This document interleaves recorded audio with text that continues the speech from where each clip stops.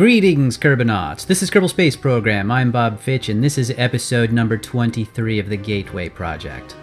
And I am woefully behind again on showing you some of the things that are inside the fairings on all of these. You've seen them launch, but you haven't been able to see them up close. What we're looking at here is the original configuration of KSS-18's P3, P4, and also the S3, S4 were pretty much identical. What I have on here is RCS jets to get it maneuvered. When I'm putting it into place, I use those. I had these originally because I was thinking that I was going to dock some things on there, but ultimately I decided to switch away from docking and use Kerbal attachment instead.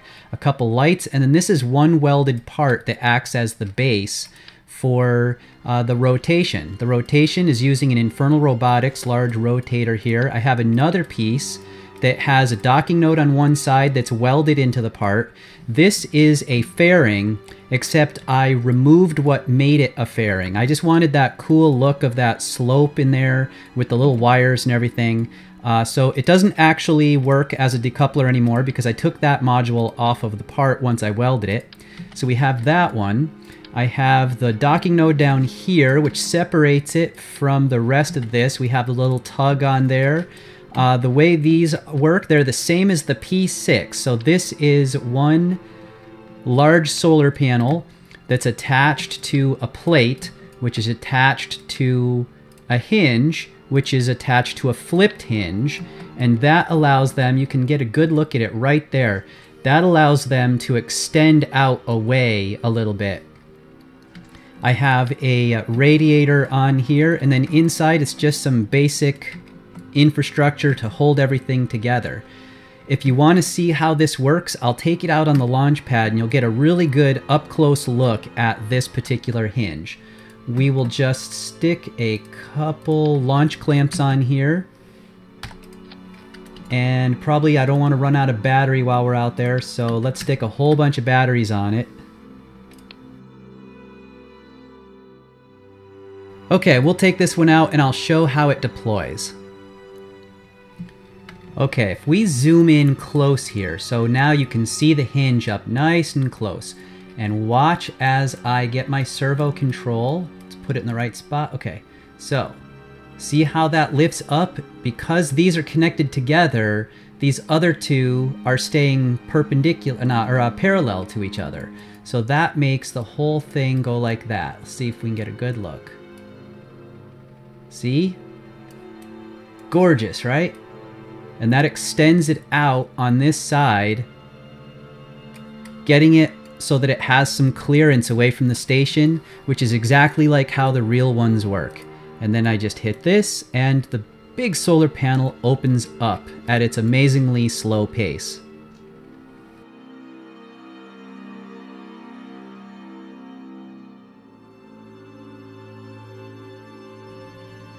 Is that a thing of beauty or what? Gorgeous. We also need to take a look at the P5 truss, and the S5 was identical. So this one was pretty basic. We have an orbital injection stage, which I had a decoupler on the end of it so that I could use it to move the PMA around. And then there's this. It's just one piece welded together, docking node, and that is, of course, because you can only have one docking node, so I have that on the other side. It's just two parts. We also launched a little Cygnus orb. So that one looks like this. We have the common berthing node on the top, which is just stuck on a flat adapter. And in there was also the cargo. You'll see that when I open this hatch. So hidden down inside, we have some liquid fuel for firing up the engines. There's some batteries in there. These are monopropellant, liquid fuel oxidizer, and that is our engine, which when the bottom decouples, let me see if I can get that back on there to show you. So this is a decoupler right here, and when that decoupler comes off, then you are looking up on the inside there, you would have seen all that cool gear and the engine. I'll take one more quick look at it here in a second. You got your solar panels, remote tech, RCS, and that's it.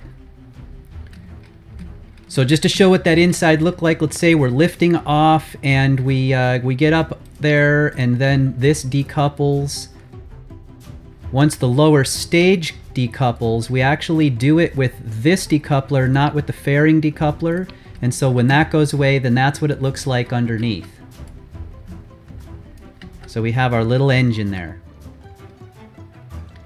We also launched the Minmus Command Center, the research base. This one took 6 boosters to lift it up, on top of the fact that it was a 3.75 stage and also used the largest fairing that I could get. You can see that I had to use that struts on the fairing technique. We'll zoom in here and take a look at that.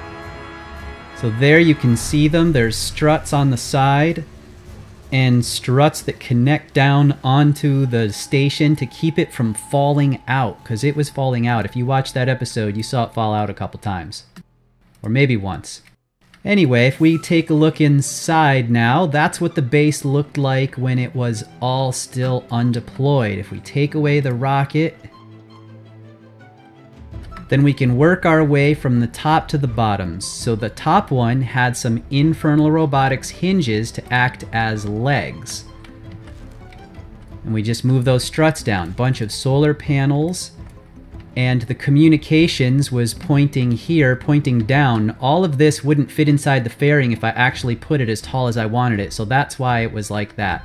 And this is connected to a decoupler right up here on the top that stays on that. And then it's just 5 pre-built landers all connected together. We have the top one and 4 more. And there's really not too much special about those.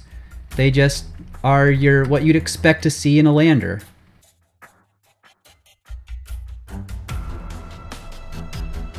In the top one, we have fuel, mono, batteries, life support, CPU, remote tech, all in there. The outside is basically the same shell multiple times. I just changed what was inside of it. And then we have the similar thing here. This was the battery one. And because it was batteries, we put the solar panels on it to keep those batteries charged. And then the bottom one was our cargo carrier. And this is what had our gear. All of them had pipe end points to connect it all together. And that's how the Minmus base was built.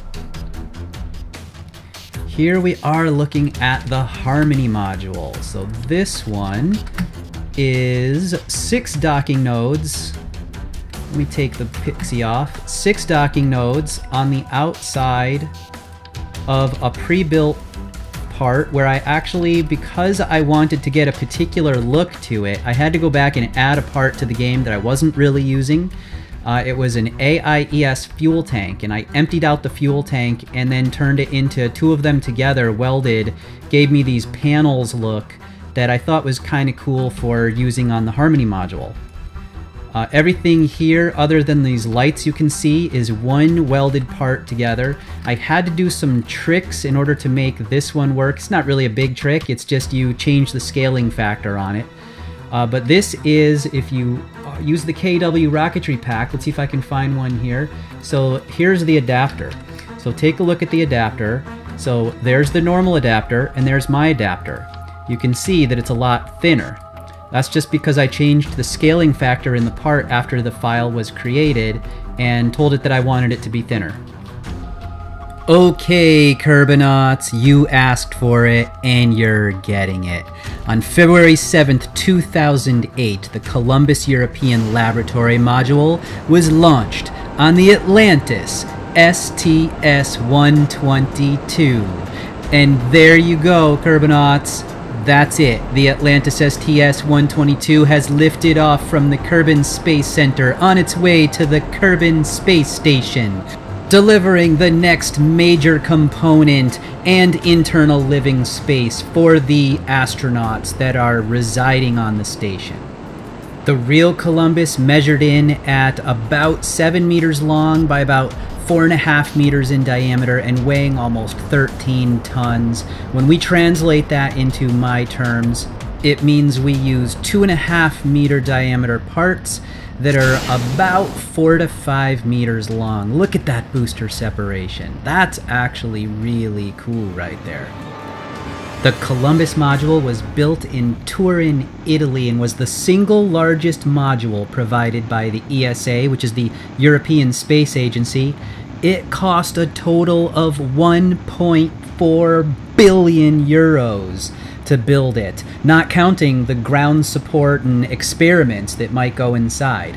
It was designed for 10 years of operation up on the space station and can accommodate 10 active science racks, and has 3 life support racks and 2 storage racks. Also, there are external racks for doing experiments. And between all of that, I would say that those Kerbals are going to have their hands full analyzing those anomalies with extreme prejudice.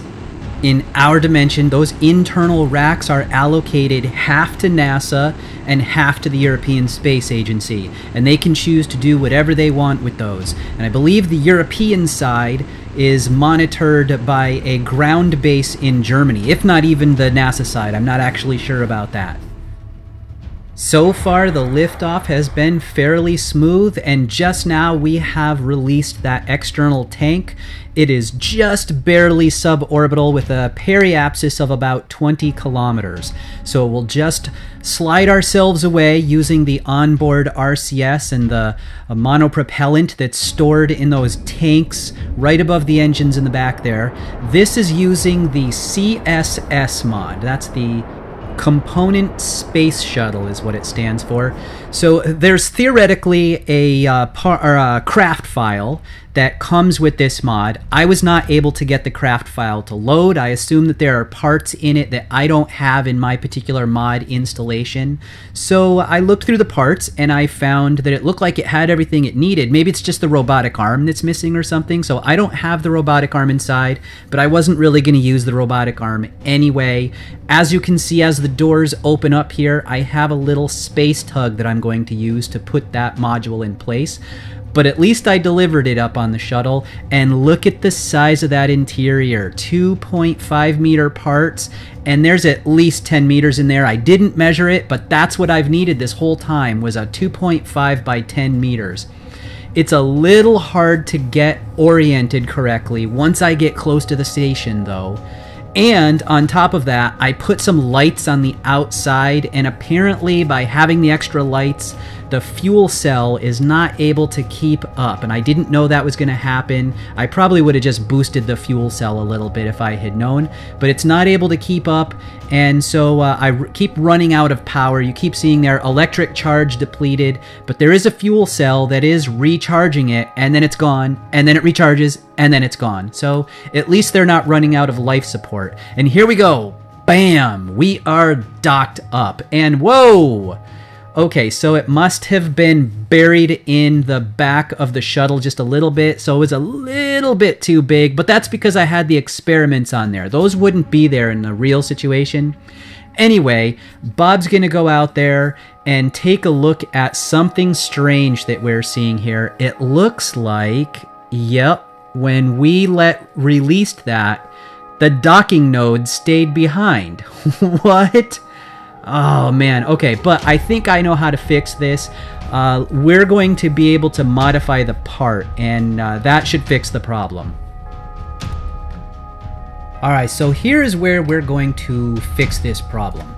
This is where the Columbus was actually built. This is my 0.22 version where the welder still works. By the way, this is one attempt at a harmony that I was looking at taking a fuel tank and extending the fuel tank, and that was the closest I could come to something I was interested in actually using. Ultimately, I didn't like that one at all. I didn't think that looked anything like the actual harmony. So I ended up going back, and I knew that I had some tanks in the AIES that had these panel-like images on the sides. So I decided to take those instead, and that's how come the harmony looks the way it does with those. Also, I thought this would be a good starting point for my Columbus module. So I took my harmony and I just took the docking ports off of it, and I added this stuff at the top to represent that it is the science module. I changed the end caps, And then I used this just as a reference, but I didn't bake it in. And now that I'm looking at it and thinking about it, technically I could have baked that into the actual model. That's going to save me on a part anyway, so that's what I'm going to do now. Previously what I had done was I grabbed it by this, and I took it up here and I told it to weld. Well, this time we're going to take it by the docking node as well. I'm going to tell it to weld, and then the difference between the old file and the new file is the modification I'll make to the part that's in our saved game right now. That should fix the problem with my orbiter. And just for role-playing purposes, I'm going to have Bob go out there and pretend that he's sort of tweaking the node just a little bit, and then that'll look like he repaired the problem in orbit. We'll just save this file out, give it a new name because it's actually the third iteration of this. Put it in my pods folder. We'll go back to the other game. We'll copy the file over there, make a couple tweaks, and then Bob will be able to go down and pretend that he's doing repairs on it. So we'll get down here, we'll fly down, and he'll pull out his little space wrench and boom, boom, boom, boom. There. Okay, so while that's going on, back here, a little bit of smoke and mirrors, we are reloading my all of the parts and checking to see whether it looks like it's loaded up correctly. So we'll take a look here, and yes, it looks like it's all fixed. So now if we just go back into orbit, just like that, the part now includes the new docking node. So Bob has done his job well, and we can actually fly this over there, and the mission's not a total loss. He's made his repairs. So before that unfortunate incident, I was describing the component space shuttle mod. I was using version 5.0.1 of that, just downloaded it today. It had a whole bunch of parts. I couldn't load them. Like I said, the robotic arm wasn't in there probably, and it wouldn't load, but I was able to put it together myself. I just looked through all the tabs, and I looked at all the parts, and it looked like it's pretty self-explanatory. You know, you got your crew cabin and another thing called a nose cone, and they all have the docking points that totally make sense. The reason why it's all separated out into the different parts, of course, is probably partially at least because you aren't able to have more than one type of a certain sets of module inside the same pieces occasionally. But it all worked out. I was able to get the thing built, and with just a couple tweaks to make it work here in my Ferrum Aerospace Deadly Reentry super realism version of the game. Oh, geez, I didn't know that was going to happen. All those little bits just started flying away. Well, we'll grab them one by one. We'll stick them on there. To make a couple of those tweaks, like I had to tone down the heat on the boosters, because just like in the other version, the other game that I was testing out, the boosters were running too hot. They have a heat modifier of 400. I don't think I have anything else in my game that's 400, so I reduced those down, and that made the boosters not nearly overheat on liftoff anymore. On the forum web page about the component space shuttle, it said that there were some known issues with the 5.01 mod, and one of those is supposedly that the wheels don't roll. Well, they claimed that it was capable of landing on them anyway, they just act like skids, so okay, we'll give that a try. Also, the RCS was unbalanced, and it said that that was a consequence of the way that the thing was modeled, the shape of the shuttle itself. And all I did to compensate for that was I tweaked some of the thrust values on the back and the front, and I also buried hidden inside the shape of the nose an additional RCS block. There were a few other little known bugs or problems with it, but I didn't really pay any attention to those, to be honest, because none of them looked like they were interesting at all to me. Some of them related to the Canadarm and some other things, like no IVA. Well, that's okay. I'm just happy to have something that actually functioned for once. Speaking of which, alright everybody, you got to see a space shuttle. It went up there. If somebody provides me with like their own copy or something, which I believe somebody is trying to put one together for me, I will fly that as well. But generally speaking, don't get used to it. this mission took, well, not counting what's about to happen, this mission probably took about twice as long as any normal mission. Now, what's happening here, look at my altitude, and look at my speed. Yeah. So, I don't know what's going on here, but I assume that there's some sort of Ferrum aerospace problem. I am coming down way, way too slow. And gets slower and slower and slower as I get lower to the ground, in fact. And then, suddenly, I get really close to the ground, and all of a sudden it gets better. And I think I went and I got some drink, and I got some food while it was originally coming down. I think it took, I let it go. I just walked away from the computer. I think it took maybe an hour and a half or 2 hours to actually come all the way down. But then when it gets low, all of a sudden it's going normal again. And so I go, okay, fine, I'm going to try to land it. But there's a little problem with trying to land it when the landing gear have a known bug where they don't roll and they just act as skids. Yeah. Okay. Well, occasionally I call bug on something and I don't really let it happen, let's say. I'm pretty sure that I was coming down nice and, oh, check this flip. Nice little Ferrum aerospace flip right here. There you go. I was coming down where it was going to land nice and gentle, and those people shouldn't have died, so I think I'm going to tweak it, and they're not going to have died. Anyway, we have analyzed the anomaly, and what we have discovered is some sort of construction plan, as well as this symbol, which we have to try to figure out what it is, and we don't know yet, but the scientists are trying to analyze it. In orbit here around Kerbal, we have a couple bits of debris, but fortunately they still have CPUs attached to them, so we can deorbit those and keep Bill from getting upset. This one, though, comes down, and as it's going through deadly reentry, remember last time I bumped up my heat multiplier because I didn't like how slow it was going? Well, now I think I bumped it too fast. I was looking at the stellar map and I saw there was another piece of debris that was actually already suborbital, so I tabbed over to it to take a look at it. It was already down to like 8 kilometers, and so it didn't really have enough time to die and ended up in the ocean.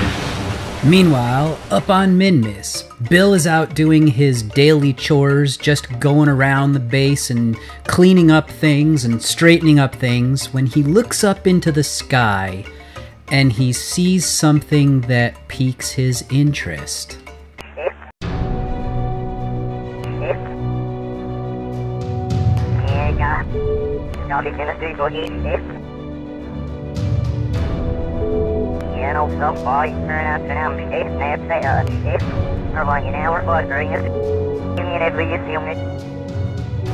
That is the face of one unhappy Kerbal. I think he might be having an aneurysm, or at least he's throwing a tantrum, some kind of conniption fit here. But then, Jebediah calls down to him and says, "Bill, I will send one of your catchers to Minmus, and it will collect all of the debris that I left behind." And when Bill hears that, he is a happy Kerbal again, and he can go back to work. So, take a guess what we need to launch now. Of course, Bill's catcher number 2, heading up now from KSC on its way to Minmus so that we can clear away all that Jebediah debris when he had to jettison all of his containers and some life support and some monopropellant or whatever it was that he jettisoned. So we're heading there now, and it won't be long before Bill is a super happy Kerbal. So we've jettisoned our fairing and everything looks good. Now, as you can see, we are several minutes over the sort of 20-minute mark that I've been shooting for. I feel like 20 minutes is relatively digestible. Oh, here we go, deploying a special radar dish that has been added to Bill's catcher because we know that we're going to be really far away at Minmus and we might need some extra communications. So the problem is with this currently at 25 minutes on the video, 20 minutes just doesn't seem like enough time in order to get everything that I want to get done in one episode, so this one is running long. I don't know how long it's going to go, so consider it a special. It's a Gateway special. The not enough time is the reason why we had to condense a whole bunch of vehicle assembly building deconstructions in this particular episode, because I'd fallen behind not getting them in. There's so much that I want to do in every one. I always want to launch some new aspect of the KSS, which takes a little time, and now we have this base out here at Minmus where we're coming in close on here. We're about to intercept it, and then not just circularize, but we're going to go straight into rendezvousing and capturing one of Jebediah's debris bits right now. And whoa! That is the space station going by, the Kessler Serenity Station, the KSS number 2. It's a good thing that we didn't hit that on our way in. We would have a lot of debris then. The capture doors are opening, which can only mean one thing. We are closing in on the debris, and there it is, in our sights. So here we go, and we scoop it up. Now just close the doors, and we'll be able to deorbit that. However, Bill, down on the surface, has been watching this the whole time, and he says, Jeb, come on, seriously? Did you not look at the Delta V that was on that? Do you know how many bits of debris you left in orbit? I need a bigger one. And so they commission Bill's Catcher number 3, and Bill's Catcher number 3 is bigger and better and will be able to capture all of the debris around Minmus, not just one piece. I don't know what Jeb was thinking sending up a Bill's Catcher 1 or even a 2. Those were only for capturing debris around Kerbal, where it didn't take as much Delta V to be in orbit and to deorbit that stuff. So here we have a much larger stage for the transfer over to Minmus, and plenty of Delta V left over to capture all the debris. Next time on the Gateway project, Bill's Catcher 3 will reach Minmus to scoop up all the debris over there, and we'll be launching the Japanese logistics module. Until then, I will see you later, Kerbonauts!